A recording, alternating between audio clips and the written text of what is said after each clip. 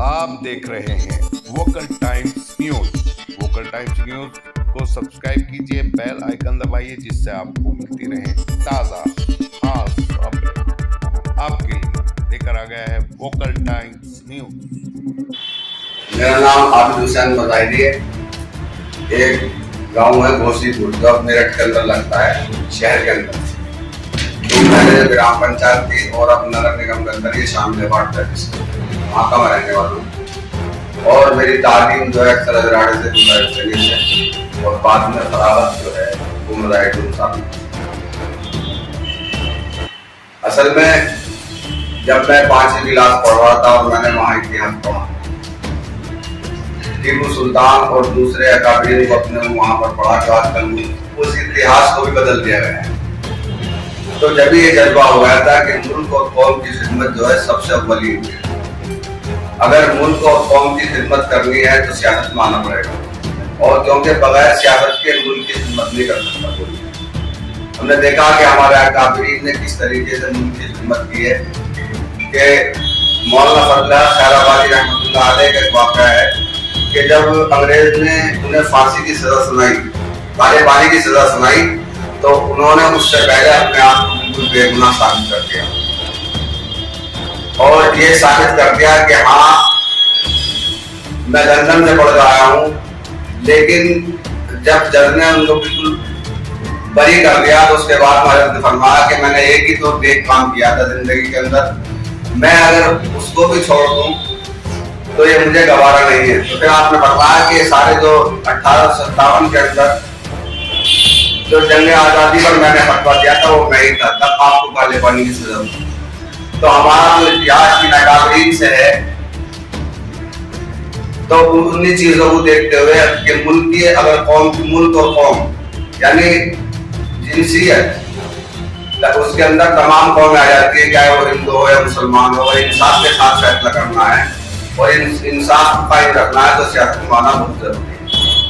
और फिर हमारे अकाबरीन ने इस मुल्क को जिस राह पर छोड़ा था, ये आज उससे बिल्कुल भटक गए। उस चीज को देखते हुए हम लोग सियासत के अंदर आए, क्योंकि सियासत जो है हर चीज का हल है सियासत के अंदर। क्योंकि हमारे अकाबरीन ने जब इस मुल्क के अंदर जंग आजादी लड़ी थी तो उन्होंने ये नहीं सोचा था कि कौमियत के अंदर बटेंगे, जात के अंदर बटेंगे और जो है मजहब के एतबार से हम लोग बटेंगे। इसलिए हमारे अकाबरीन ने कुर्बानी दी थी, बल्कि आप हमारे अकाबरीन ने जो कुर्बानियां दी थी वो इसलिए दी थी ताकि हमारा हिंदुस्तान महान है, महान रहेगा, ये नहीं कि टुकड़ों में बढ़ जाएगा। और उसी के मद्देनजर हमारे अकाबरीन की अगर हम तारीफ उठाकर देखेंगे तो शेखुल हिंद, शेखुल इस्लाम, इन तमाम लोगों ने बड़ी बड़ी सहुबतें माल्टा की जेल के अंदर बर्दाश्त की और उनका नजरिया ये था कि हमारे पेट में कुछ हो या ना हो, लेकिन मुल्क हमारा महान होना चाहिए और मुल्क तरक्की की राह पर होना चाहिए। ये नहीं कि हम कहें कि आधार के जोड़े रोज बदलें और बेहतरीन सुविधाएं हम जो है इस्तेमाल करें सरकारी खर्च से। मिसाल के तौर पर आप मौलाना हिंदुर्रहमान सिवारी को देख लीजिए, ताउम्र आप सिवारे से संभल से एमपी रहे, लेकिन कभी आपको तकिया नसीब नहीं हुआ। उनका इतिहास है कि जो तनख्वाह उनकी आती थी वो रास्ते ही में बढ़ जाती थी, आप ईंट लगा काम कर लिया करते थे। अच्छा, उलमा का ये दस्तूर था। इन चीजों को देखते हुए कि मुल्क हमारा किस तरफ जा रहा है और हमारे ये जो नेता हैं किस तरफ जा रहे हैं, इसलिए जो है हम लोगों ने सियासत मारने का फैसला किया। अच्छा, ऐसे दौर में जहां आज बहुत नफरत का माहौल है और मुसलमान का नाम लेते हुए सेकुलर पार्टियां भी डर रही हैं, तो ऐसे वक्त में आपने एसडीपीआई से चुनाव लड़ने का ऐलान किया है और चुनाव लड़ रहे हैं, तो आपको लगता नहीं बहुत ही मुश्किल फैसला था और बहुत ही मतलब ये समझिए कि ऐसे वक्त में फैसला करना बड़ा मुश्किल होता है जो आपने फैसला किया है। मैं इसी बात पर आ रहा था कि जब हमने मुल्क को आजाद किया था तो वहां पर जो है नफरत की कोई जगह नहीं थी, लेकिन बाद में आते आते जैसे मुल्क मुखालिफ ताकतें उभर भी रही क्या हमारी, क्योंकि अगर आप कांग्रेस को देखोगे तो इसका जो बानी है उसका मकसद कुछ और था। इसका मकसद अंग्रेज की गुलामी करना था, लेकिन जैसे 10 साल गुजरते हैं तो नजरिया बदलता है, फिर 10 साल गुजरते हैं फिर नजरिया बदलता है, और फिर ये मुहिब वतन पार्टी बन जाती है। तो जब हमारा कांग्रेस इस पार्टी के अंदर थे तो तब इसका नजरिया ये था, लेकिन जब इसके अंदर आरएसएस के लोग घुसने शुरू हो गए कांग्रेस के अंदर, तो फिर ये कांग्रेस वो पार्टी है कि इसने हर साल हर दौर के अंदर जो है फसाद और जो है हिंदू मुस्लिम कराकर अपने वोटों को यज्ञा करने का काम किया, और ये सोचती रही कि अगर मैं हिंदू मुस्लिम फसादात कराती रहूंगी तो मुझे हिंदू वोट मिलता रहेगा। क्या वो मुरादाबाद कांड हो, क्या वो हाशिम और मरजाने वाला कांड हो, किसी के ऊपर ये लोग चले। इसी तरीके से किसी भी पार्टी ने मुसलमानों को दरकिनार किया, उनका वोट तो लिया, लेकिन वोट लेने के साथ साथ उन्हें दिया कुछ नहीं। आप सबसे पहले बहन जी को देख लीजिए कि उनके दौर के अंदर मुसलमान जो है 2.5% थे नौकरियों के अंदर, लेकिन जैसे ही बहन जी का दौर आया तो 1.5% रह गया मुसलमान। अखिलेश यादव ने मुसलमानों को सिवाय बेवकूफ बनाने के कुछ नहीं दिया, और बल्कि तमाम नेताओं को दरकिनार करने लगे, किनारे लगाना शुरू कर दिया, ताकि मुस्लिम सियासत जो है सर दफन हो जाए और हिंदू वोट हमसे खुश होकर सारे हिंदू हमारी तरफ आ जाए। क्या आजम खान हो उसके लिए नहीं बोले, क्या जो है मुख्तार हो उसके लिए नहीं बोले, अतीक और अशरफ हो उनके लिए नहीं बोले, तब ये इन्हीं की पार्टी के लोग थे, और इनके साथ एसपी के लिए इन लोगों ने अपनी जानों की बाजी लगाई, अपना माल खर्च किया, अपना वक्त खर्च किया, और सारे उसके अंदर जो है इन लोगों ने अपने वक्त को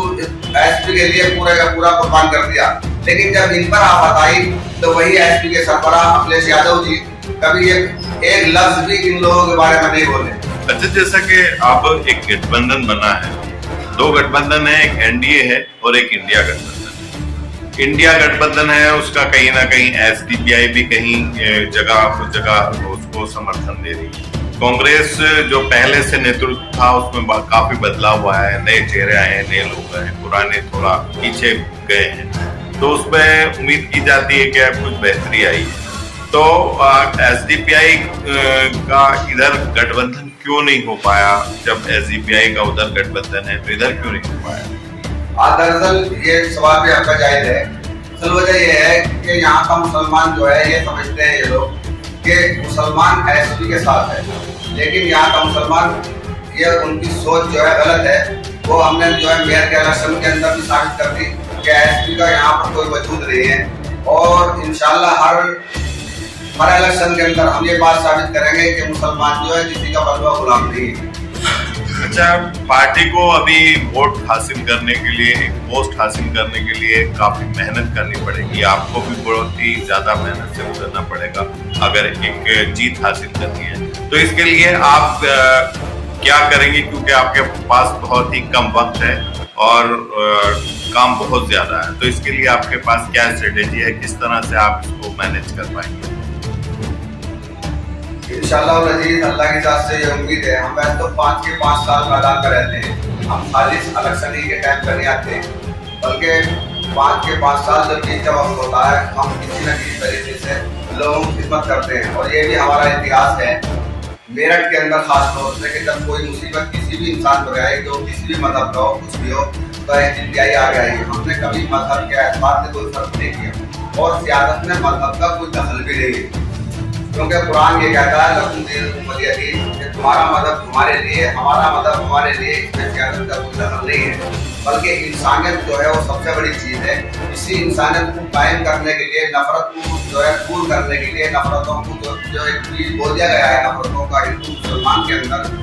उसे जो है मिटाने के लिए एसडीपीआई वजूद में आई, और उसी के मद्देनजर हमने जो है इस कदर मेहनत की है, अल्लाह की इंशाअल्लाह कामयाबी हमारे